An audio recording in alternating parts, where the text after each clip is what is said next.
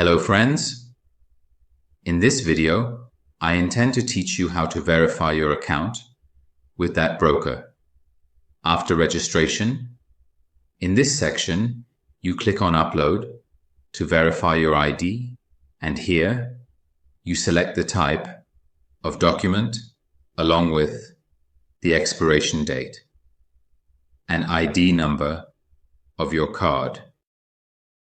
You upload the document and your country of residence, and in this section, you upload a photo of the back of your ID card. Then you click on Upload, go back to your document section, and select Proof of Address to verify your address. In this section, you enter your country, along with the city, full address, postal code, and upload the required document here, which should be no older than 6 months. After simply uploading the document, you just click on Upload, and as you can clearly see, your document is currently under review at this moment.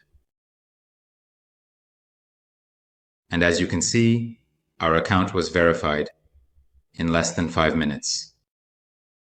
Good luck!